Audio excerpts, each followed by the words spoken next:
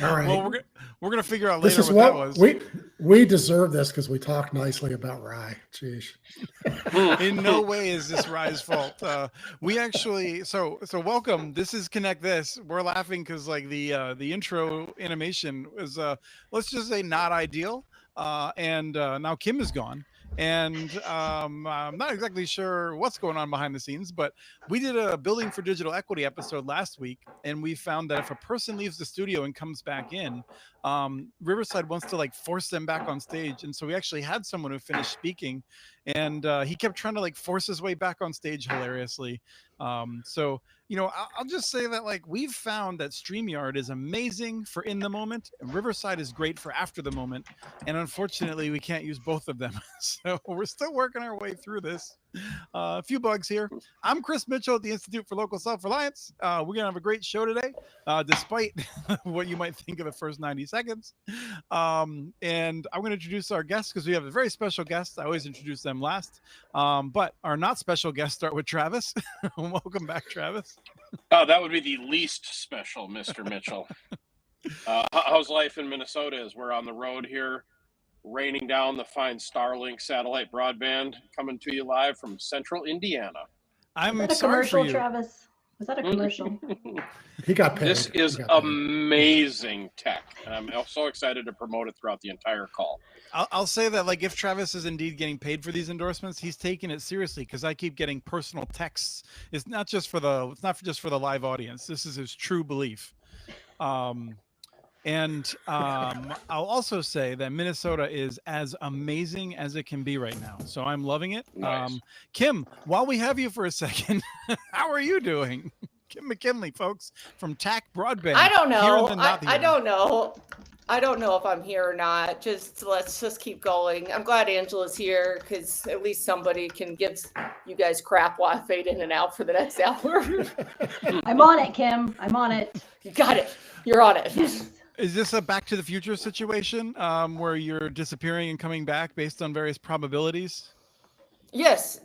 Yeah, like really? Are you using like science? It's only noon here in Utah, and I don't know science like ever. It's Michael J. Fox science. It's great to be here. It's great to be here. I missed last time, and now I'm back, sort of. So yeah, we'll come when after the short introduction that I'm famous for. I want to come back and find out how Europe was. Doug Dawson from Asheville, North Carolina. Welcome back. Thank you. And I'm a little disappointed. I really thought we'd get a little more of a British accent out of Kim. So yes. They don't let Southern go to Britain. I mean, I'm just saying though, Doug. I would just like credit for the unbelievable amounts of restraint that I am exercising right now of not sharing my fake accents. And then, thank you. We have as our special guest Angela Siefer, who is the CEO, president, and executive tyrant of all the National Digital Inclusion Alliance. Welcome. Fabulous to be here. Thank you. Thank you, Angela. You're going to talk about a lawsuit that you filed this week That's going to be the second half of the show, along with another special guest who will join us then. We'll introduce her when she's here to speak to that case. So until then, I get to just make random comments about whatever Yes. we're discussing. Excellent. Yes. I'm very Yes. excited about this. We've already discussed how you're going to carry the West Virginia poll attachment database discussion, so we appreciate Yes, of course. No And problem. the more random, the better. So yes. I can do random. I like to make up stories about how my neighbors are murdering people. So I'm really on this. She's fits right in. Is it? This must be an Ohio thing. Whoa, fake whoa, stories Angela, about neighbors. You're starting off hot today. You're starting off hot. The neighbor across the street had taken out a tree, and then there was this big dirt hole in their front yard, which really looked like a grave for like 2 years. They weren't even hiding that they murdered someone. Right. They're just like leaving it right there in the front yard. That's smart. Less suspicious. That is less suspicious. Kim, you and Mr. Bob Knight ran over across the Atlantic to tell them how they can come into our amazing internet access market, right? What happened there?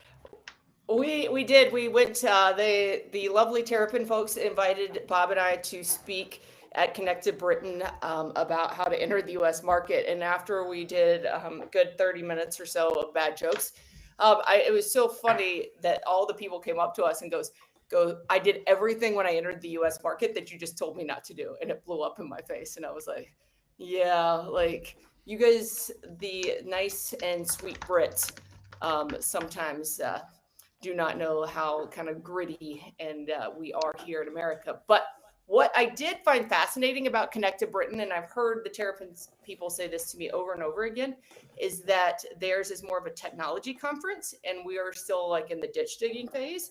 And I thought that was I think that was really accurate, is that they focus more, that conference, on the technology of the fiber and less on the constructing of the fiber, which I found very fascinating to see. That sounds boring. What is there to talk about? Wow, Chris. You're the one who hosts a podcast about broadband and you don't even know what to talk about. Okay, moving on. This is why he invites you, Kim. I think that was clear. That is true. All right, I am gonna move on, but I do think it would be interesting to Kim, if you can work this in anywhere. Would love to get a better sense of all of the stuff you picked up on the other side from the people who could not stop us from tearing away and forming the best nation in the history of the planet. I did a cool thing I wanted to share with people, which was I got Mike Masnick to talk to me for a while. Mike Masnick is the guy who runs TechDirt. He founded it in the late 90s. Great site for tracking information like internet news, what's happening with tech and stuff like that. A very independent opinion. And so he came on Community Broadband Bits this week. We talked about Section 230 and free speech and stuff like that. And basically the theme of the show is how to not screw up the internet, which I'm feeling increasingly strong about. I feel like we should be welcoming more people onto it to be taking full advantage of it. And we should be not screwing it up for all of us that are using it. Very, very cutting edge, dangerous opinions here. I don't know. I lost my vocabulary. We're going to talk today about several things. A municipal network in Iowa is shutting down cable TV. It's more interesting than you think, almost by definition. New York City's Big Apple Connect. We'll talk about that. We're going to talk about Starlink briefly, and we'll be talking on Starlink this entire time, thanks to Travis. We're going to be talking about the West Virginia poll attachment database, which I'm always curious about these sorts of things. And then we're going to talk about the Digital Equity Act, federal agencies, and then finally the lawsuit about the Digital Equity Act being canceled with a stroke of a pen. So the first agenda item, and Kim, I was curious if you had a reaction to this, if you had a chance to look at it all, but Cedar Falls Utilities had built a really wonderful fiber optic network, one of the most successful. They built a cable network back in the 90s. They upgraded it to fiber to the home, and they built a really nice modern head end for cable television. They then shared that with a bunch of neighboring cities that built municipal networks in part to share services with Cedar Falls. And now they have announced they are shutting down the cable TV. So what's the big headline here? I don't know. I was just surprised. I was curious if you had any sort of reaction to that. When I was on the ISP side, I think that you were seeing 97% people get like data only. I think that is just showing the market has gone away from traditional cable TV services. People want to watch and pay probably more money by streaming 8,000 services like I do. Like I have no idea what I'm paying for. Than the traditional, like hitting your TV remote. How many people have gone into, I don't even turn on the TV at hotels anymore because I don't want to do the surfing. I think it's just, we've trained consumers to go a different way of how they consume TV. So I don't blame them for doing this. I think it's going to happen more and more because I think it costs a lot of money to hold a head end and to negotiate all those contracts. And I don't know if it's worth it for where the market is going. So, I mean, I get that it probably disappoints a lot of people, but I understand from a business case why they're doing it. Yeah, no, I'm sure, Travis, you have similar feelings. You went to the trouble of developing all of it, experimenting with it, getting ready to roll it out, and then pulling the plug before anyone had it. Yeah, I mean, if on the stack, I mean, technically it requires a whole different set of skills. The content licensing for small players is incredibly expensive. The set-top support and cost is expensive for virtually no return anymore with the advent of YouTube TV and other streaming platforms, which the irony of this whole thing is, I remember when we started, everyone wanted a la carte. Well, now we have more or less a la carte, and everyone's complaining how expensive a la carte is. So they're wrong. I love it. Yeah, I'm not going to complain. I do too. I think it's great. I do too. You pick what you want to watch. But okay, let's just say, are we paying more than we would have with traditional cable? I'll tell you right now, I am not. No. Because if you're not a sports watcher, the content's pretty cheap. Yeah. No, I mean, like, I just picked up Stars for a year for like $12 so I could watch like one thing. And like maybe I'll watch a second thing in 3 months, but I'm pretty happy with the deals that are out there and that sort of thing.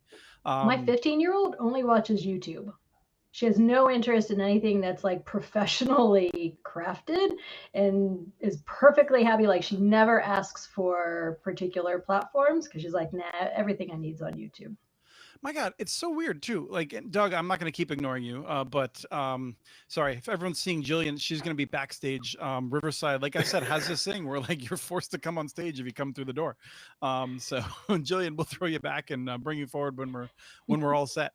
But Jackson, my son, has been watching this guy on Mario Go-Kart will follow the NPC, the non-playing characters, and just sort of see where they go.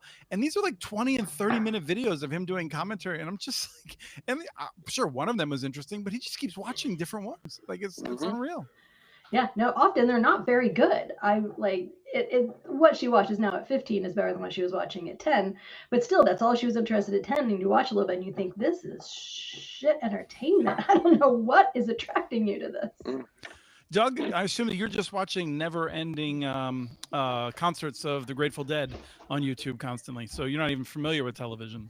I don't need to. He's using a VHS to do it. I have them all in my head. I don't need to watch any. I don't need to watch anything. I still have my cassette tapes. We're good.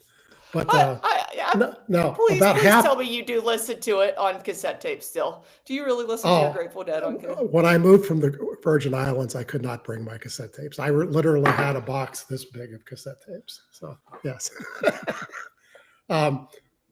About half of all the people who carry cable TV have gone out of business, and you can tell that by when if you try to log on remotely to like Hulu, they ask you who your provider is. The list used to be pages and pages and pages long, and now it's way shorter. So everybody's getting out of the business. So I mean, another fight. Heck, one of the big cable companies, Cable One, is backing out of cable TV, and their name is Cable One. So yeah, well, they're cable last, if you're familiar with it.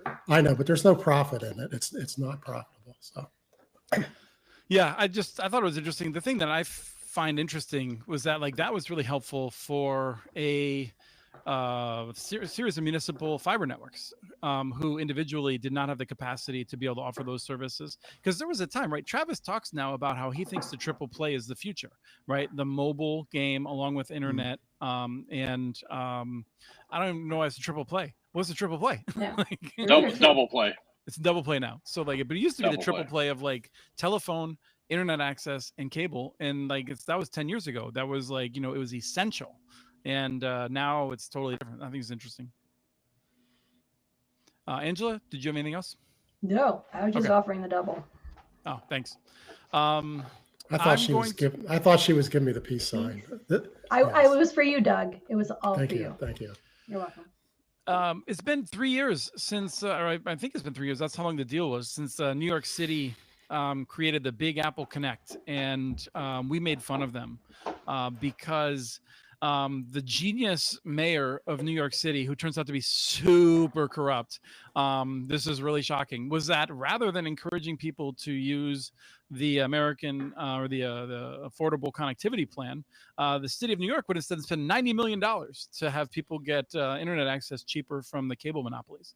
And they've decided to renew that. And all right, we can talk about the merits of that, but I just wanted to complain because this is like one of the dumbest things I've read today. And I try to read a lot of dumb things. Big Apple Connect, which launched in 2022, has provided more than 150,000 households or 330,000 residents with free home internet access, more than any other city in the nation, according to the city. Well, that's not surprising, is it? A city that has more people in public housing than most cities have in people has, in fact, served more people. Do people not know how numbers work?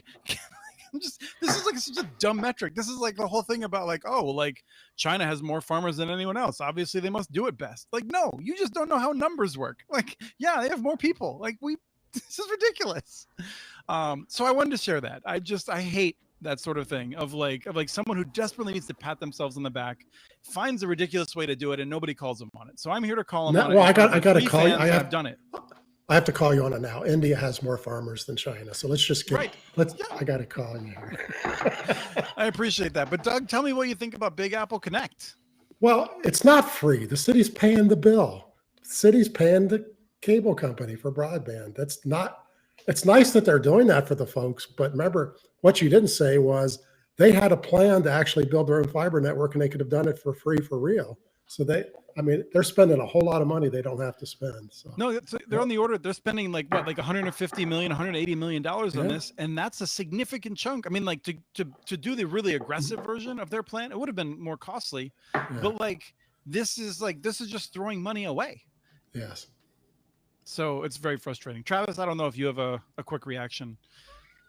I'm not educated enough to give you an opinion one way or another. So.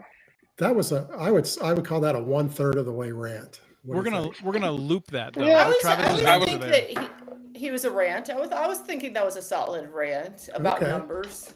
They don't. We're gonna have to start rating them from 1 to 5. So okay. You laugh. Ryan will probably have a graphic for it in the next show. Nice. Angela, I don't know if you've had any reaction from folks in New York City, or if you have your own thoughts about a program which I didn't define super clearly, but is a program in which the city just pays for the cable company to deliver service to these apartments. Yeah, I mean, we all know that they had a plan to create a real solution, and then they changed their minds. From where NDIA sits, no, not grand, but we do appreciate that people are getting service who otherwise wouldn't have service. Now, at the same time, I feel like I would be remiss to note that like part of this is from the super seemingly corrupt mayor, by which I just mean the fact that like multiple court documents have revealed significant levels of corruption.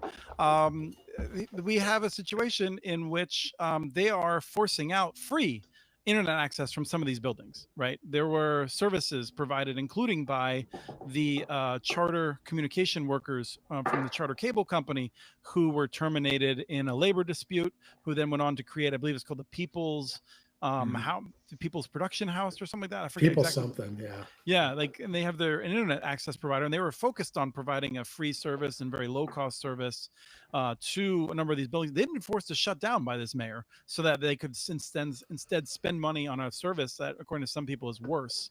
So it's deeply frustrating. But this is the sort of thing that I feel like is kind of, things don't always work out. It's just bad. Kim, did you have any thoughts on this? I have a thought that politics never play a role in broadband coverage. I feel like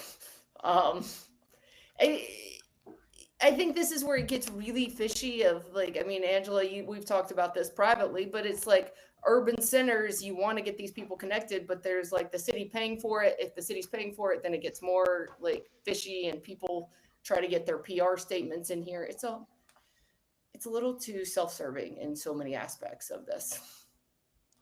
Yeah, I mean, we literally saw this, right? Mike McGinn ran for mayor of Seattle like 12 years ago, maybe. Do you remember this, Kim?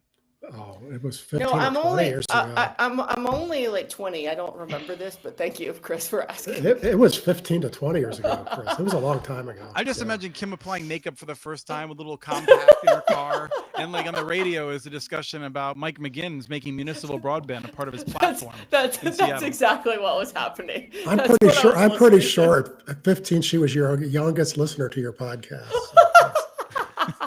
So anyway, like, I mean, the long story short is like there were people within the city of Seattle that that had a good idea about how one could go forward with municipal broadband, and instead he appointed someone that basically was convinced by the big cable and telephone companies to do a poor job of it, and it became a big political mess. And this is what we've seen in a number of big cities where the mayor thinks, oh, we should do something on this.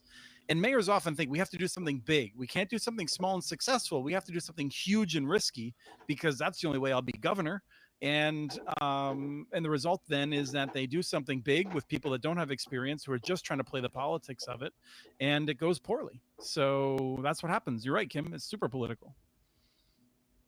Did you say I was right for once of this whole podcast? Of how Not many just we've right, but ever also done? relevant. Yeah. Whoa. Oh. Okay, Wow. moving on. This is being recorded. That was the double R. The double R. Yes. This is going to be a clip that Kim plays again and again and again. On all my dates, this is going to come up of like, look how important I am. And relevant. Also, I'm relevant. Travis, we saw some articles about Starlink and Chinese investment, but first, I think I want to tee you up to just give your recent update. You didn't hit the road all the winter this year, so it's been a while since you've reported on the road using Starlink about Starlink. So let's start recording so that we can submit this for reimbursement to Starlink after you do your commercial. I will just say, what a significant improvement over the last time we were out. This is a game changer now. You know the whole theory about getting rid of your DirecTV or your Dish Network television service. It's now a reality. And what I really found ironic about it is I was always under the impression you needed 100% view of the sky. I only had 50% the other day and was still getting uninterrupted service. So. More to come after a few more weeks on the road, but so far I give this a gold star. Travis, do you think that on a Sunday evening you could be streaming like HD or 4K content for hours without a problem? Whether that's a technical problem or whether that is a cap that they have for priority usage around those times. Like, what's the reality of using this like a fiber connection? I knew exactly you were going to ask that question. So this is how sad my life is. So for the last number of days, at peak times, I've had 2 4K streams going here without a single buffering. And you are on 2 laptops going. And you are on what paid, like $120 a month connection, or what's your? Yeah, I think it's $120 month to month, so I can turn it on and off at any time. Okay, and then you don't have to pay anything extra for you don't have a bandwidth cap or something like that. No, nope, it's unlimited. So I will have more to report, but so far it's been pretty amazing. And actually, cellular calls over T-Mobile, over Wi-Fi, that all works. Everything's been pretty impressive so far. And your pings, you sent me those tests. They're on the order of like 20 something, and I feel like that's on USI mid-20s. Fiber. I would be getting like 16 or 15, so it's remarkably close. Yeah, that's better than cable. Yeah, I've been getting 30 or 40 on cable. Yeah. Nope. And then tonight I was going to go around and count the number of Starlink dishes where I'm at to try to get some sort of spatial density here too. So. Well, that's what I was curious of, like how many people, because I think that we always say that Starlink works, Travis, but it's more of how many people are actually connecting to the Starlink in your area to see are the speeds that you're seeing real, or is it just kind of an anomaly of you're the only one? Yeah, my best guess where I'm at now, there's about 30 of them, within I'd say 500 yards of me, but I'll have more data. So 30 satellites? 30 Starlink dishes. Yeah, 30 people streaming. Right, 30 dishes. So unknown users. How do you know how many dishes there are? Can you see that because you're a user? I think No, he I just visually walked out. inspects. No, I just You I just visually walked go down out the and you're street. like, Yeah. So, He so, he sneaks around people's backyards, but we're not supposed to talk about that, Angela. so I'm sorry. Yeah. what we're saying, Angela, is that Travis doesn't know how to vacation well because he goes and searches out people's satellites on his vacation. Oh no, I play defense against Mitchell, so he'll be on me about But I'm like, no, these are just what I'm seeing. Is 30 dishes here. We're all streaming. So Monday night, when the Monday night football game, I will report back after that. Okay. Because that that is a very busy time for networks. And live streaming's a big deal for the bandwidth. Yeah. So I was just in my head. I was just thinking that I'm going to take off my naive waif hat and I'm going to put on my conspiracy hat to talk about Chinese money in Starlink. And Travis, I was curious. Did you see the articles about previous? I don't want to say secret because it sounds. I don't know if it's secret, but like previously undisclosed Chinese investments in Starlink, SpaceX. Yeah, I'm not familiar with it. I'm assuming it's individuals that are in there, but I have no idea. Well, my guess is that this is for financial purposes because they're getting ready to do an IPO for Starlink and spin it off as a standalone corporation because they think that can raise $80 billion.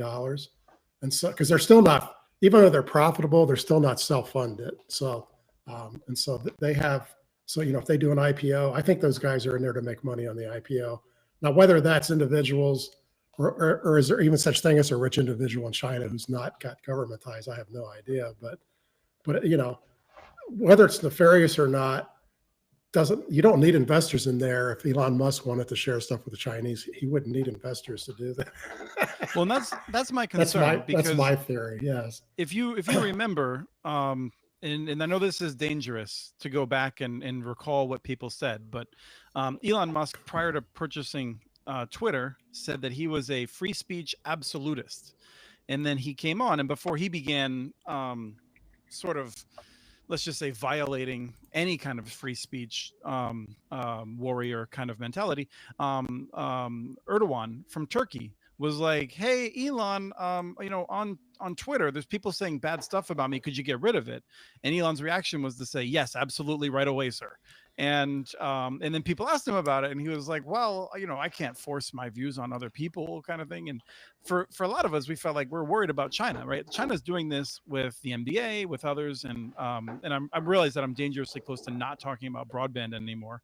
But I have concerns about the nature of Chinese closed society, the government, the way it operates, and the way massive corporations will bend themselves in the way to keep favor with China. So we've been concerned about with Elon, and I got to think with internet from space, with telephone calls from space, having someone running it that is potentially compromised, is so tied up with the future of his Tesla and other investments in China, being tied into the Chinese government is deeply concerning. But then, Doug, you're telling me it's going for an IPO. That's got to create a better firewall then, right? I mean, I got to think an independent publicly traded I would think publicly traded companies are not going to look favorably on true Chinese ties. So yes. Okay. Kim? It's probably going to go IPO before the year's over. I mean, they're talking any day now. So yeah. Wow. I have no comment on this, Christopher, but thank you for asking. No, No, I'd have nothing. Okay. Well, you had a chance there to go for the third R, which was righteous. I mean, you could have gone for it. So yes. Yeah, but I think you summed it up, Doug. I was like, what else am I going to say to this? Pole attachments in West Virginia. Europe has a big, I think, database of conduits and things like that. Go ahead and let in Jillian again, Rye. We'll just we'll deal with unfortunately her jumping on stage, and then we'll come back. We're pretty close to the discussion about the Digital Equity Act. So Doug, what's happening in West Virginia with this database of pole attachments? Well, West Virginia wanted to pay for this out of non-deployment funds from BEAD. That's all we're going to say about BEAD today. But it looks like they're not going to be able to, so they decided to just fund it. And so they're requiring all the pole owners in the state to put all their poles into a specific format of a pole inventory, which is what has been recommended all across the country. And of course, now that it's actually here, every single pole owner is complaining and going, this is impossible. This is government, overriding us. And the fact is, the BEAD's going to build a lot of fiber in this state, and they really need this database. And so, because pole attachments are always the big problem to hang fiber, and so, not shockingly, pole owners are fighting it tooth and nail, and they'll probably go to court over it. Wouldn't be shocking. So, that's always been the problem. Pole owners always say, "We'd love to cooperate, but then they never cooperate." So, yes. Well, so you think there's value in this? They will actually, it's worth trying to get this done. There's very value in this, but if they don't get it done for 5 years, then the value's kind of gone. But yes, there is a lot of value in this. If I'm a design engineer and I get the database of the poles, I can actually do my design without having to run out and look at everyone. That's how big the value is. It's right. And for me, like, this is just like, it's a no-brainer. I feel like we underinvest in public information, public databases with information, whether it's about infrastructure, whether it's about any number of things. Markets would be more efficient. Our lives would be better if we had accurate databases of a variety of things, including who has decent internet access available to them for real, as opposed to just like based on who's lying to the FCC today. Funny you should say databases. I couldn't get into the U.S. Census today, just so you know. Okay, first of all, why do we know that you were trying to get into the U.S. Census? I don't even want to know that, Doug. Second of all, I wanted to look up where Travis is at. I thought they might tell me some good stuff. Okay, that's what I do on my Friday mornings too. Stalk Travis. But I mean, how do we get there, Chris? How do we get there? Kim's just trying to avoid Travis. It's different. That's what I'm trying to do. Hey, what I do? We're hot today, guys. We're hot. It's like, how do we get there? Because I agree that we need more like databases, and I think we need that. But how do you get past the fundamental self-interest that all of these people and companies have to have accurate data? I think is the biggest problem. Yeah. Well, you get started by doing what West Virginia did. At least you order it, and then you start the fight. But if you don't order, it never happens. Yeah. So. Travis just surpassed Charter Spectrum in terms of Starlink. Starlink's much better, obviously. Travis, here's the irony, Mr. Mitchell, that I've never been able to figure out. The cities since the beginning of time or the states have permitted all this action. Have they not kept track of this? No, they have not.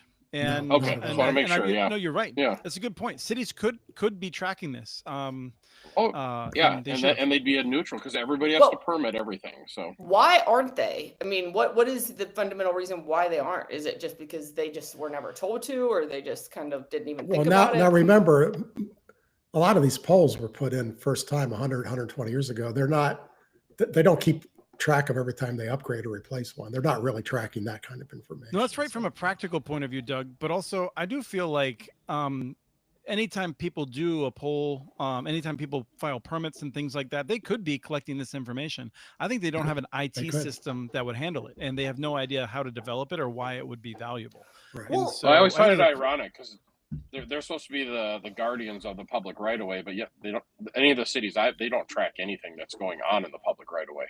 So this is like an experience I just actually had with a pole company who's trying to replace a pole in my backyard right now. They came out because my neighbor asked to, I don't know, get something changed. And then they called me and they said, we need to move the pole to your backyard. And it was Rocky Mountain Power who owns the pole. And I said, why? And they were like, because your neighbor on their deck can reach your power line. Right. But they still had no clue. Like they're still trying to navigate. Like, I think it's just, it's how when you permit these, like, how do you even do it? I mean, I'm watching this poor guy in my backyard going, will you please give us an easement? Will you please give us an easement? Like, and I don't have to. And what would they do? I mean, it's a more complex, like even personally going through it, it's more complex than I even thought it was. From that perspective, because then that removes my power, that removes my telecom, that removes everything. And that's just my personal experience on poles these days. Well, I'm in favor of more public information, and Kim asked a very good question of how do we compel it. And I think, if Juan was here, he would say, well, Chris should just have the government demand that everyone does it on the penalty of imprisonment if they do not. So I'll just throw that out there, that I think that's an option. We're going to go to the Digital Equity Act, and we're going to jump in there by noting that FEMA has given us the perfect example of why we needed to have a Digital Equity Act. And so for that, Doug wrote about it, but I want to ask Angela if you want to give us the quick explanation of why we need the Digital Equity Act in relation to FEMA. So actually, I think it would be great to have Doug give the super short, like, Doug, what did you write about? Okay. Well, FEMA came along in August and said, in order to get any kind of communications with FEMA, you have to have an email address. And if you actually want to do something with them, you have to log on to their online portal. Now, 12% of the people in the US are illiterate. And after an emergency, like we had Hurricane Helene here, nobody could get onto the portal. Even the cell phones weren't working. FEMA came here in tents, and they were writing down applications to get relief, and they were handing out paper checks, and which of course didn't work until the banks opened. But but the point is, you can't do everything, and this all comes from a March executive order that said the government is going to go digital for everything. And so we can't go digital for everything. A lot of people are incapable of going digital. Everybody doesn't have an email address. Everybody doesn't have a cell phone, and a whole lot of people can't read. And so you have to have an alternative for people to go in person or make phone calls. And so they're just going to disenfranchise a whole lot of people from getting FEMA relief. On top of that, I just picture if my $300,000 house is destroyed in FEMA, they actually are paying out by giving you a debit card. Are they going to give you a $300,000 debit card? I mean, this whole idea, versus what they really do normally is just like a grant. They pay it out as you send the invoices in. I mean, this is all nuts. I mean, this is So the best part there's about it three is if you things that people need, right? They need the connectivity, they need Yeah. a device, and they Yeah. need the digital skills. So if they don't have any of those things, then they can't participate in getting help from FEMA. And I think FEMA is just like the latest example. This is the tip of the iceberg. It is just, and if we're going to move more, which if you ignore the fact that not everybody has connectivity and understands how to use it, it seems like a good idea. Yes, of course, we'll save some money. But then when you get into the details of it, you need these other things, which is what the Digital Equity Act was intending to do, was to help people with the connectivity, the devices, and the digital skills. And then when you're in a high stress environment, you just lost your home.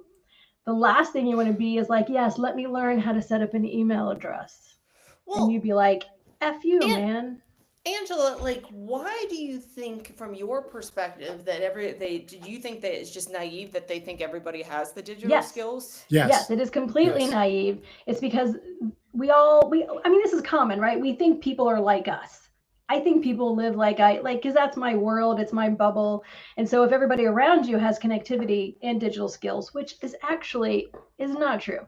I am 100% that there are lots of people who are involved in that decision who know somebody who doesn't have digital skills, but they also know that person's getting help from someone. Like they might even be that person's helper. So if there's a proxy person, then that person would be able to handle the situation. In a community that it does not have resources and digital skills are just kind of thin all the way around, there's no proxy. There's nobody to help them. Right. And Juan notes, as time passes, the percentage of folks without digital skills gets smaller. And that's true. I'm going to push back on that. It will happen more rapidly if we don't help them secure food and housing after natural disasters. I'll tell you that right now. Go ahead, Angela. But also, I want to ask a quick point before she goes on. Quick point before she goes on.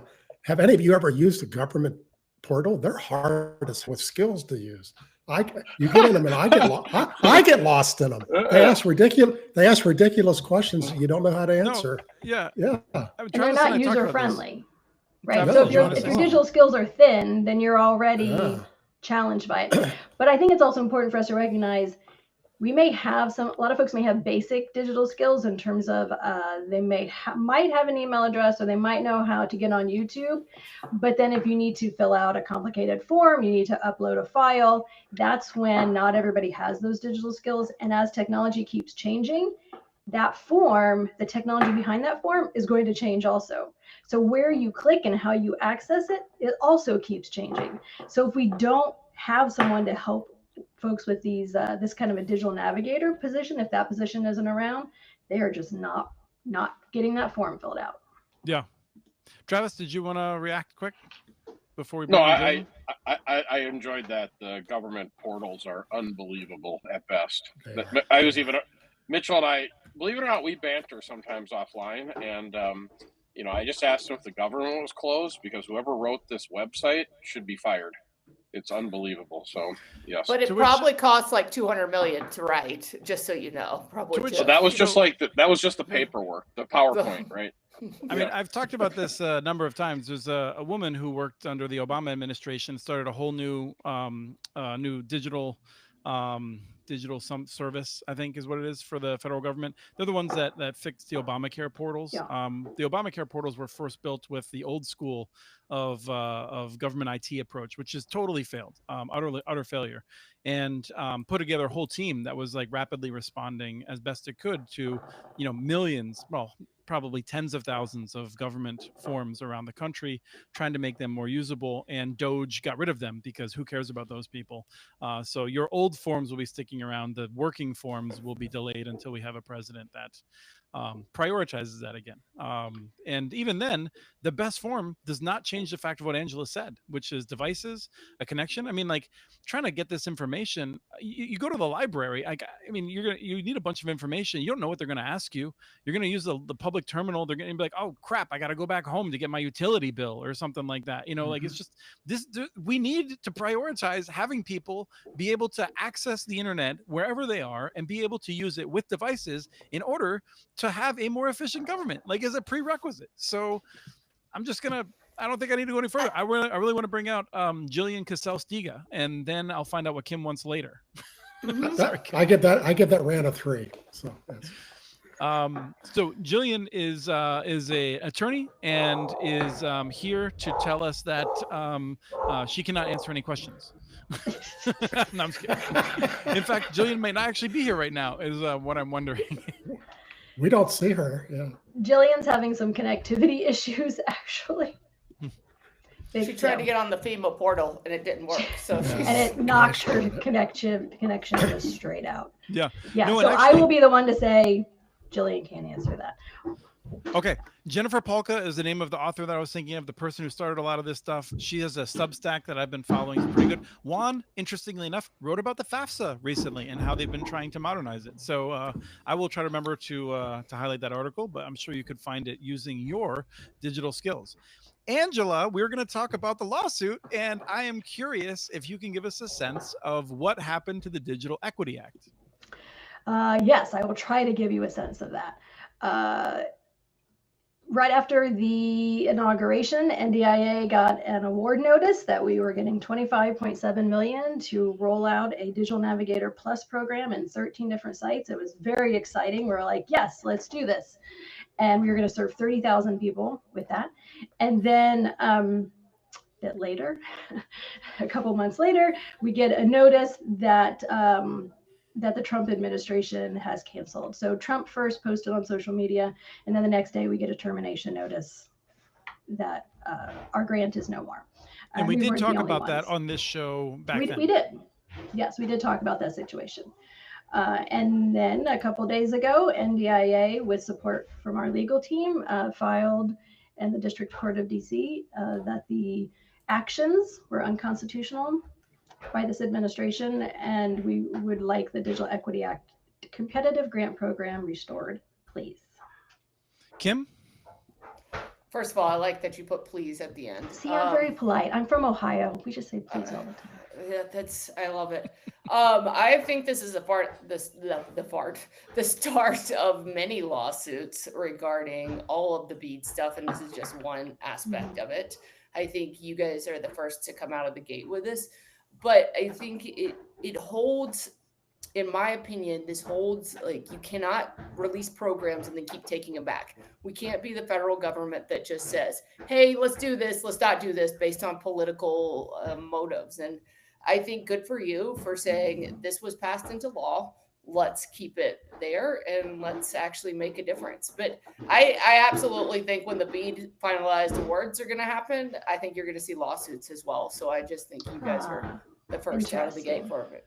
Kim, I have a solution for it. We should have some kind of a founding document in which we would specify the roles of different branches that were somehow balanced across from each other in order to divide up power in some way that would result in one group developing programs and another group that was forced to enact them, but was not able to just willy-nilly change them around.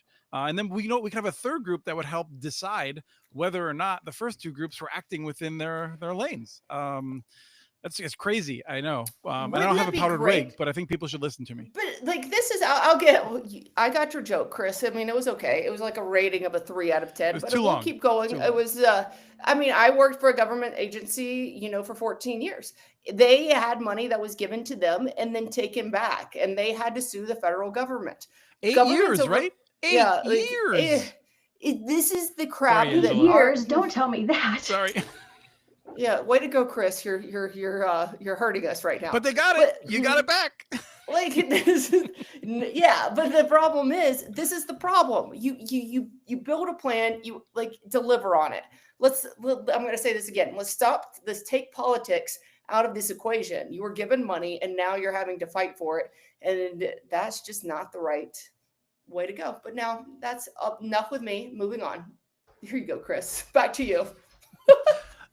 Doug, did you read it? I'm going to guess that Travis, sitting in the waiting room, did not pull out his PDF and read the full document. I did, yes. I thought you did. Any thoughts? Any surprises in it? No, I mean, this was so needed. So, I mean, it's, you know, I'm so happy that you all did that, Angela. And we're absolutely going to see the big one coming is going to be the non-deployment funds. We're talking about probably $25 billion that they're going to take back. So there's going to absolutely be lawsuits over that. So, yeah.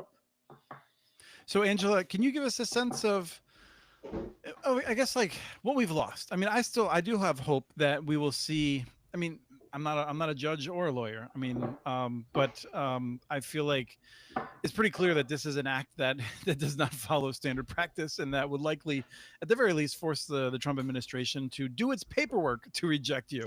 But give us a sense of what we've lost here. Yeah, so we lost capacity and we lost expertise. Lots of organizations, including NDIAs, had scaled up, right? We were ready, and we had found other funders to help us scale up, right? Help us bring in the staffing, and we'll do the training, and we'll have folks ready. This was happening across the country. They were training their digital navigators. They were ready, so that the term shovel ready in terms of a human project is still relevant. So NDIA was shovel ready, others were shovel ready, so we could launch right away. And so then when the funding gets cut, what do folks have to do? They have to lay off these people that they thought were going to run these programs. And so you're losing the expertise. The digital divide's not over. We're going to have to still do this work eventually, and we have to find other funding to do it. We have to convince the federal government either this money comes back or we find some other sources of funding. All of that probably needs to be true. We need to do both and. So we're not done, and that means that those particular individuals that had been scaled up, they moved on to other jobs, right? They had that training and now they're not here anymore. So all these organizations have to start over. And that means that is a detriment to the whole country. Because if we're going to compete nationally, compete globally, we have to be able to have folks who have these digital skills and are connected. I don't even understand how we can talk about AI and everything we want to do with AI, yet we have so millions of people who don't have reliable connections to the internet, don't have reliable devices, and don't have ways to keep getting digital skills training and that recurring kind of process. Yeah, think how much revenue Facebook is losing by not spying on these people right now. Exactly, Chris. Sorry. It's really not helpful, Chris. I love that Travis laughed at that joke, though. He actually laughed at one of your jokes. Travis literally thinks that could be that could be a first. I've just been waiting, right? I've been waiting. It's I know Travis, Chris well. Are you going to share that with all your dates? Yeah, no. Chris Mitchell and I don't, just chicken wings. Just chicken wings. I actually gave a tour. We had a retreat this week, and I gave a tour to someone of Minneapolis and St. Paul. My colleague Jordan, who you all know, was in town a little bit when he and I got to hang out. Wonderful time driving around. Drove down Washington Avenue, and I was like, that Runyon's. Travis and I met there twice, and the first time was one of our first dates where we got wings together. It's a landmark. Yes. Your dates and my Yes. dates are slightly Way different. different. No. Well, first off, Travis always pays. That's one of the rules. Mhm. So, Yeah. yes, yes. So I want to ask Travis. So Travis, you always give us your honest opinions, and so when it comes to BEAD, I feel like your opinion is more money we give the Starlink, the better. Not with entirely that they should get it all, but you don't regret that. I feel like I'm not necessarily sure that's an accurate assessment. Unless you're against Starlink, then I'm pro Starlink. I'm just saying it works. Yeah, no, I mean, my impression is Yeah. I don't like. I was trying to say I don't think you want to do all the money to Starlink, but I think I'm much more hesitant to give billions of dollars to Starlink, and I feel like you are pro it. On the issue of the Digital Equity Act, I'm curious how you react to it being stopped so unceremoniously.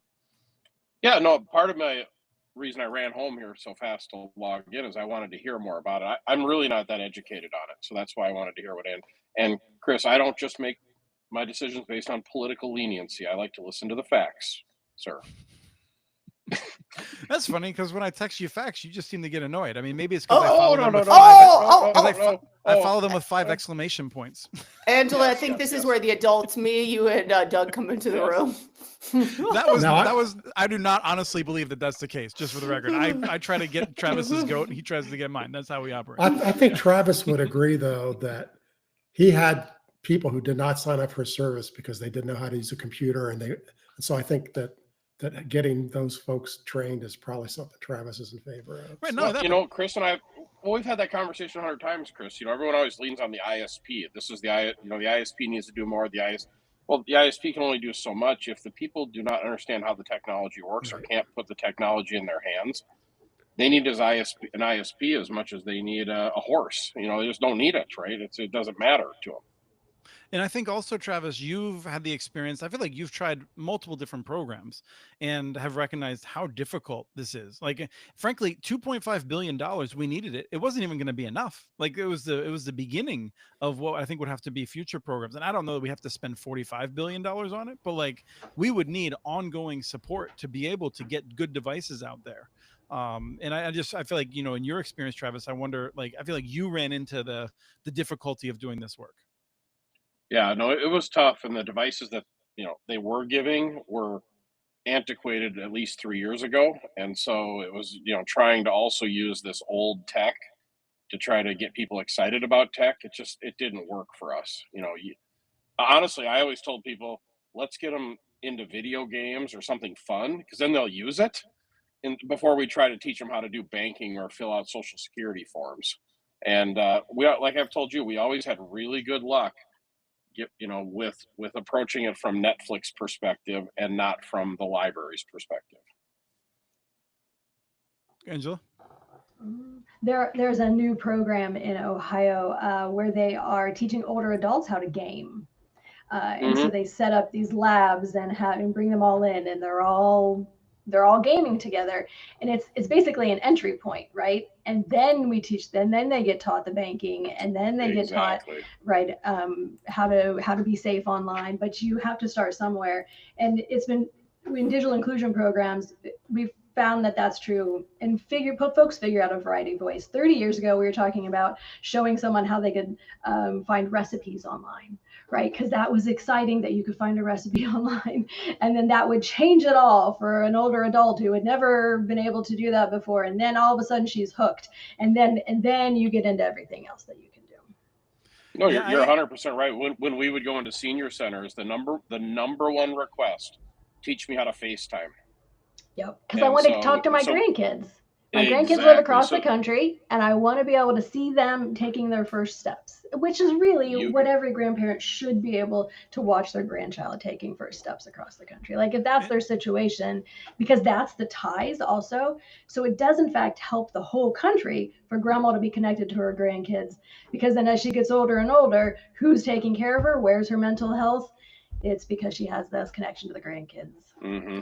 Yeah, yep. I want to go back to just argue with Travis about something I think you'll probably agree with me on, Travis, which is you had mentioned that you do it your way rather than the library way. And I feel like we have pioneering libraries that I think have done a great job of leading with video games and things like that. So no, I was struggling for a word there. I shouldn't pick on the libraries. I was just saying, everyone's like, oh, well, you and I have had this conversation before. Well, we need people that do telemedicine. What's all the words everyone always throws around to try to justify broadband? I'm like, no, give them FaceTime and Netflix, get them excited to use it, and then teach them how to do telemedicine. Yeah, no, it's like, I think it's like, it's a version that works versus the Donde está el biblioteca version of learning Spanish, right? Like, we've learned that Duolingo works better than teaching people how to ask where the library is. Well, I disagree with some of I think iPads for older people are or a tablet is much better than trying to give them a computer. Yes. Yeah. That whole like Windows update nonsense, you will lose them in 2 seconds. Yes. Yeah, and go ahead, Angela. And just the comment about only less than 5% not having digital skills, it's the level of digital skills, right? You might have the ability to get on Facebook, to watch some videos. Do you know how to create a spreadsheet? That number drops massively when you start including spreadsheets, or even just being safe online. Boy, but that number drops. I think that's a huge point, Angela. I think that's a huge point, that my dad is a very educated man, but he uses an iPad. He can probably get on Facebook and watch the videos, but if you asked him to get on one of those government sites, going back to the FEMA conversation, and fill something out, he probably can't do it. And I think that's where, when we talk about these conversations, we need to speak it into that language. Because when we say like somebody doesn't have digital skills, I think a lot of people think, well, they're illiterate, they don't know crap, they don't have an education, right? Which I think is a very false narrative that is out there, that it's like just because they might not know how to get to this site and fill out a spreadsheet doesn't mean that they're dumb or that they didn't have an education. Right. I think we're going to see Social Security Administration go online one of these days, and that's going to be a national crisis. That's going to be a nightmare. One of the biggest challenges is uploading documents. That's one of the things that digital navigators get asked the most often, is because it's challenging. And where is it? Like, and that was the problem with FEMA. The first thing you had to do on FEMA is prove who you are. Upload your driver's license, update a local bill with your address on it, or go, but my house washed away. I don't have any bills. I don't have a house. That's what I don't get about this FEMA discussion, is any of the agencies that should not be requiring it go electronic, it would be FEMA. Yeah. It's like, hurricane, tornado hit my house. Upload what? Yeah, exactly. Don't they have the word emergency in their name? They do. Yeah. It's also, I mean, historically among government agencies, it's one of the ones that presidents have not put their best in. I think we talked about that on a previous show as well. I do want to say, like, I do feel like if a person, I don't know if Juan was taking this away, if people are thinking that like we're sitting here being like, you know what, there's still 56 people in this country that don't have digital, that's not what we're talking about. Like, I don't think we're talking about like having to get to 100%. We're talking about there are millions of people who have legitimate concrete needs to do things online, and they may not be super aware of it. But whether that is just interacting with friends, being able to do telehealth, and that might be as little as just being able to retrieve information about medical situations to try and figure out how to not diagnose, but triage yourself about when to go into the ER or something like that. There's all kinds of things that like it would be useful for people to have. And I find it boring to like, in counterproductive. I find it not relevant, Kim, to talk about whether or not we're trying to get to 100%. I'm just like, there's millions of people who could use this. They need better devices. Let's focus on them rather than having a college room dorm discussion about whether we get to 100% or not. So don't forget, 12% of all adults are functionally illiterate. They can't read enough to get on and fill out forms. They don't know what the form is asking them to do. Stop talking about me, Doug. So this is Digital Inclusion Week. Can we like celebrate Digital Inclusion Week real quick? Yes. And I was in Cleveland yesterday for their Digital Inclusion Week event, and there's someone who's running a program with a health system, and they were explaining a situation where they were helping someone with their intake as they came into the health system, and they're asking all the questions about housing and food security and all the things they usually ask, and they ask about connectivity also, because kudos to Metro Health in the Cleveland area. area. And they find out that he's behind in paying his rent. And the reason for that is because the landlord switched the payments to be online, and he had the money, but he didn't know how to pay it online. And he was about to lose his place because he wasn't able to pay online. Like, that's crazy sauce. And because he's somebody who doesn't have folks around him that he could turn to, or he was embarrassed, because that is embarrassing to say, I don't know how to pay this, he was really about to be homeless. Angela, feel free to say no comment, although nobody has ever thought that a question that I asked was inappropriate. So, but I want to be sensitive to you filing a lawsuit here. Can you give us a sense, a little bit of the balancing of, like, when you were weighing whether or not to go to this extent, like, you know, what sort of things did you have to consider? Yeah, no, I think that's a fair question. NDIA's job, the purpose, the reason we exist is to further digital equity. We had to really decide, is because it takes time and effort to file a lawsuit, is that time and effort of filing the lawsuit meeting our mission? So the board had discussions, the staff's having discussions, and ultimately decide, yes, that in order to support our community, and our community are all these digital inclusion programs around the country who do this hand-holding and this support in their communities, that in order to support them, that we needed to make our position clear that this money needed to be made available. The 9 justices, were they friendly? Let's see how that goes. Any other questions for Angela about the DEA lawsuit and the accompanying act?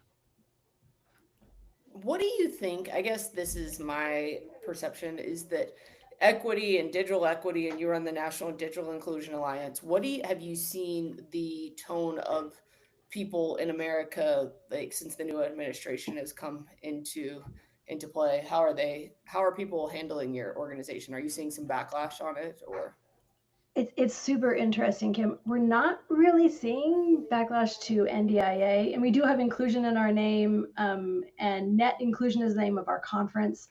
So people are still interacting with us. We haven't lost any sponsors. We haven't lost any partners yet. There are folks who want to not have us put their name on things, but they're still writing us checks, right? So that's a little weird, but we kind of get it. We're also trying to be really supportive of our community who is spread across the country working. Like, I live in Ohio, and some of the programs here in Ohio have changed how they refer to the work. They call it digital access or call it digital opportunity. So we are being very careful. We're not judging anyone. If you need to call it whatever you need to call it, the terms don't meet. Like, we use the terms because it helps us all know what it is we're talking about with each other. That's why terminology develops within any field. But really what matters is grandma's going to be safe online. The veteran's going to be able to talk to their doctor. The job seeker is going to be able to apply for the job. Like, those are the things that matter. I think this is really important. I mean, every now and then I feel like it's useful for me to ground things a little bit. Like, why exactly is Chris from the Institute for Local Self-Reliance, like, focused on this? And, you know, for me, it comes down to, I think, and I've been thinking about this because we had our retreat this week, but, like, we believe people should have meaningful control over their lives. They should have the ability to, like, be able to make decisions and shape their own lives. And that's good decisions and bad decisions, right? Like, I'm very upfront, like, people should be able to make bad decisions. I don't know what that's like, but, like, you know, people should have that freedom. And when you don't have access to the technology, you don't have that ability.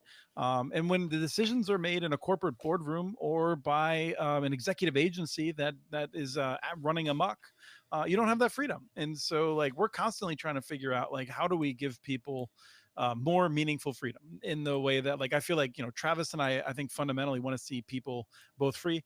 I feel like I focus more on the ways that collectively we can try to like raise everyone up and have options for people. And Travis tends to focus more on individual aspects of those things. But like, I think that's why we're here. And when it comes to digital equity, it's never been as sexy as like infrastructure, I feel like, and like sort of like the trade publications and all that stuff. Like, You just broke my heart, Chris. it's never been perceived as being as sexy, to be clear, is what I'm saying. And I think there's a variety of reasons for that, but like, it is frustrating to me that like we've waited so long. We've spent so much money inefficiently, given handouts to AT&T and others to build networks that they didn't really build, to connect people that weren't actually able to really benefit from them. We finally had a program that was going to actually try to like make a meaningful difference. And frankly, I'm not saying 100% of that money would have been spent well. I think some of the groups getting digital equity grants would have made mistakes, but they would have been mistakes we learned from and figured out how to do it better in the future to make sure everyone's connected so that we could actually then have government programs that are 100% online. Estonia has done this, right? I think like Latvia and Lithuania are not far behind. There's countries that are smaller than us, but they figured out how to get everyone online effectively and leave very few people behind. Their governments are more efficient. We should be doing that. We can do that. We're just choosing not to, and it's frustrating. Yeah, Sweden says they have almost 100% functional literacy. So they teach everybody to read, period. Yeah, and the thing is that like their taxes are actually not that much higher than ours. Travis will tell you that 110% of his income has been taxed away by the various government agencies. But like the thing is, like we all developed countries more or less have what we would call high taxes, and I feel like we can be more efficient with them. And the benefits of actually getting stuff that works, which is the key, not just raising taxes, but like actually having programs that work. That's where we really start to see a difference. And I think we are seeing the results in places like Estonia and Sweden. So yeah, but anyway, there's no one arguing against me. Well, we don't have any Estonians on here today to tell you you're full of crap. So yeah, I don't know. So Travis? But they don't have 11 super carriers like we have. So, so you got to pay for those too. So is it just 11? I feel like 11 nuclear. Yeah. More than all the other countries on planet Earth combined. But that's for a whole right. No, topic, and Mr. Mitchell. It's 11 platforms super vulnerable to drones. I feel like for people who aren't paying attention, it's going to be a very interesting few years here coming up. Kim, any last thoughts before we close out the episode? No, but I'm glad to be back. I'm glad to be back in the States. I'm surprised they let me into Britain, and I know why they let me out of Britain, but I'm excited to be back talking broadband. Kim, did you travel first class next to Bob, or did they put you out on the wing? Oh, no. So he goes to New York City. You want to know what a brutal flight is? London to London directly from Salt Lake and back. That is a long flight and not first class. I would just like to let you know. But I'm guessing not a wide body plane. It was a big plane, and they always sat me next to the Brits on both sides. So it was like they were escorting me into the country and escorting me out of the country. They wanted to make sure I left and got back here safely. But I do get kudos. I would recommend anybody going to Connected Britain if you're over there. I think it was one of the best conferences I've seen, and I think some really interesting content that I have never seen in America. So, but I'm back. You're welcome. Let's bring some of that on to Connect This. So, Kim, if you want to give me some ideas of some topics, we'll figure out how to steal their ideas. Okay, I got you, Chris. I got you. Yeah. This is us. This is our Tea Party Part 2. I mean, to go back to the beginning, we built this country on stolen intellectual property from Britain. I feel like we should go back to that, go back to our roots. I'm going to remain neutral now, but nice to see you, Christopher Mitchell. Doug, any last thoughts? No, but I'm just glad to see Angela today. Give them hell, Angela. Angela, anything else you wanted to cover? You could just throw out a whole different topic and we can go for another 10 minutes if you want to. Actually, I'll do a little plug for the Shelby conference. It's coming up at the end of October. I will be there, and a couple of other NDIA affiliates will be there, and look forward to seeing folks who can join us. And I'll say that I'm gonna just cover here a little bit in case I get something thrown at me from Kim, Travis, or Doug. But we're gonna do a live Building for Digital Equity show at Net Inclusion at the end of February at your event. So we're gonna do a live It's show. the beginning of February. Oh, sorry. That's right. The beginning of February. The end of February is actually my whole organization's retreat. So the beginning of February, I'm going to be out there. I promise not to rant. We're going to do a building for digital equity, and I'm just going to be very calm and boring. No, he won't. No, he won't. It'll be awesome. Looking forward to it. For people who haven't seen it, Building for Digital Equity is something we do in partnership at ILSR and NDIA, and you can find it on buildingfordigitalequity.org. Thank you all. It's been a fun show. I'm very sorry that, this, I'm going to blame it on Riverside. I'm guessing that Jillian had a perfectly normal computer setup, and Riverside's been thrown up on us today, like they did last week when we tried to use it again. So I'm sorry that we're not able to have her voice included. But I suspect we're going to be back in 2 weeks. We'll try to find another guest that will bring this high level of discussion that will force us to elevate our games like you did, Angela. But I'm going to be aiming for about 2 weeks from now. And until then, this is Chris Mitchell saying, map your fiber.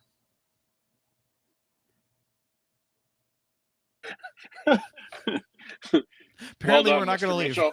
Yeah, The second thing you got to laugh on today. Map The your second. fiber?